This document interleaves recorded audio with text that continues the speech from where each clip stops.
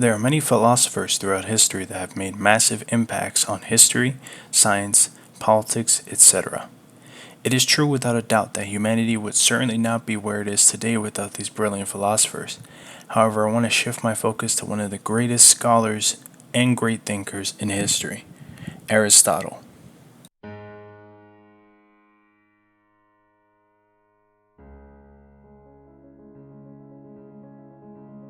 Aristotle's Nicomachean Ethics is considered one of his greatest works. It is, in a nutshell, the best self help book and system ever created that absolutely still holds true today. The brilliance contained within these pages explores what it means to be happy by expressing and modifying the best within yourself through virtues. The work consists of 10 books. I have read several sections out of 5 of the 10 books.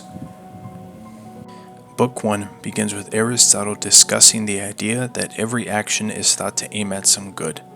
He also speaks of the ends of activities being better than the activities themselves. What I believe Aristotle is meaning to say here is that we desire the product of what we do. That no matter what drives us to achieve that end product, the ultimate goal always beats the process of getting there. This is because that end product is our goal. An example would be my amateur leatherworking hobby. I practice my leatherworking because I not only want to be skillful at something that requires me to work with my hands, but because I want to learn to make the perfect wallet for myself. I have yet to make that wallet, as my raggedy stained and lopsidedly stitched current wallet will prove, but when I do make it, it will all have been worth it for the end product, the perfect wallet for me. Aristotle also discusses the ideas that archers who have a mark to aim at would be more likely to hit it, which I believe is rather straightforward.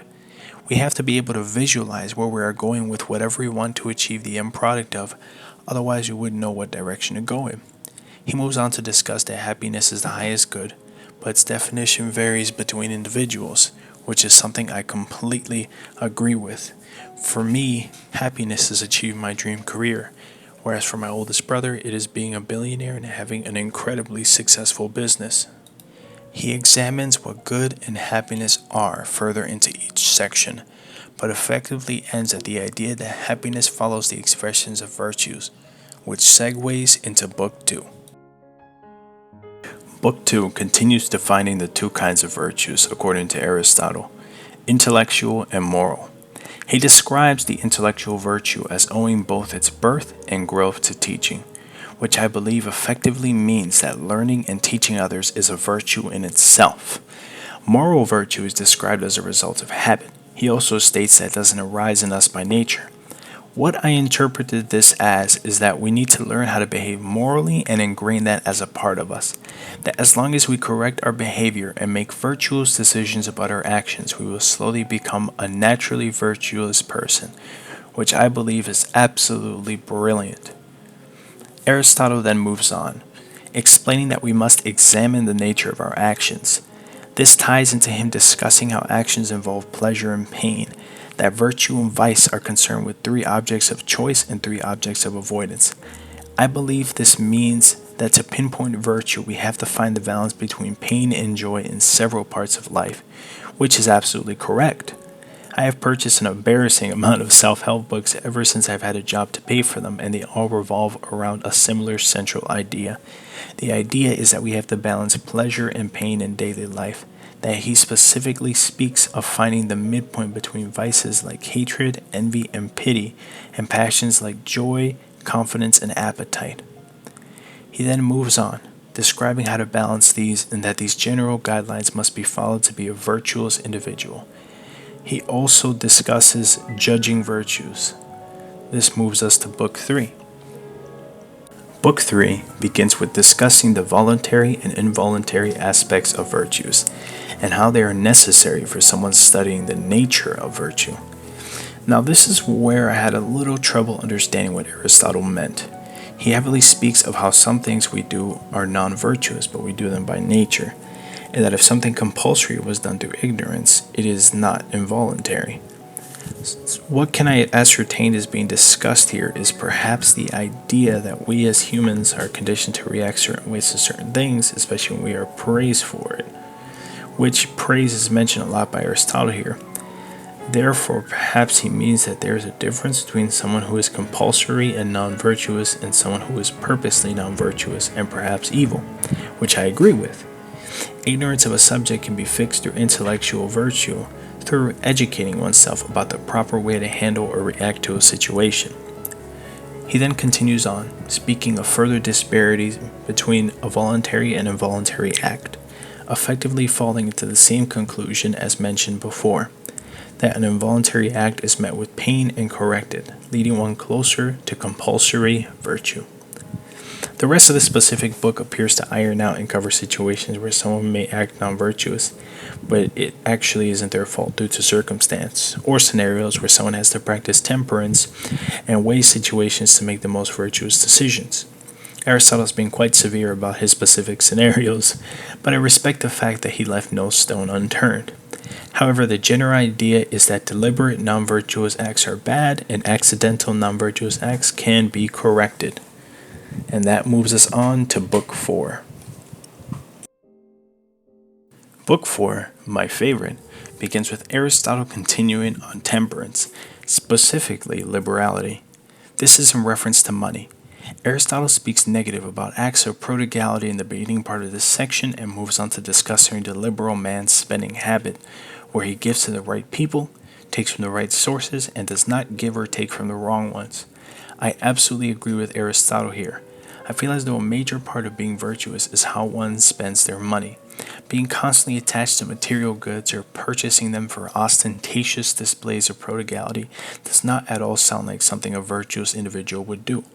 Along with this, things like taking tourist trips to North Korea and funding their terrible regime would be an example of sending money to the wrong people. On the contrary, by staying humble and not spending money irresponsibly, one is financially virtuous because they aren't materialistic and have no need to flaunt wealth. Take Bill Gates, for example. He doesn't walk around with 2 sleeves worth of Rolex watches on, but he sure as heck has the money to do so. I believe that this virtue is especially important because it ties heavily into being able to manage your money correctly, which is another reason why this work is just so brilliant. Aristotle continues on, discussing excesses and deficiencies, using prodigality and meanness as examples. Prodigality exceeds in giving and not taking, while meanness exceeds in taking but falls short in giving. The point that he was getting at is that it's important to stay noble and find a balance between these two extremes. The idea can directly be applied to the rest of the book as it discusses finding a virtuous balance between excesses and deficiencies in life, such as pride and humility. That brings us to the final book, Book 5. Finally, Book 5 begins with Aristotle discussing justice and injustice. This is the last book I covered in Nicomachean Ethics. It consists of 10, but I went to 5. Aristotle discussing justice and injustice. He was trying to find the balance between the two extremes, which, as I have pointed out before, falls into the same theme as the rest of the books. Nicomachean Ethics fall heavily into the ideas of finding a virtuous balance between things, I have observed, which I believe is very much applicable to almost every aspect of life. Not doing something enough is just as bad as doing an excess of it. One example would be brushing one's teeth. If one does not brush their teeth enough, plaque builds, cavity forms, and unhealthy gums lead to the person eventually needing dentures. However, brushing too much and too hard can lead to gums receding and teeth falling out anyways. That was a strange example, but you get the idea. Virtue is all about balance, and so is Book 5.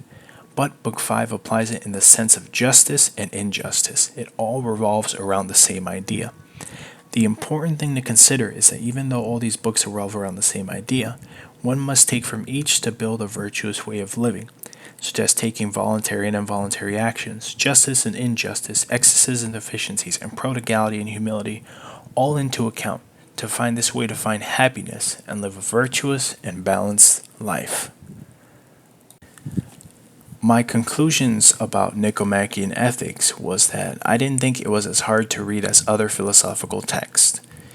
When I read it before, I could barely understand what it was saying, but I decided to take it extra slow this time, and I understood it quite well. Despite the fact that it's translated from ancient Greek, it reads quite easily.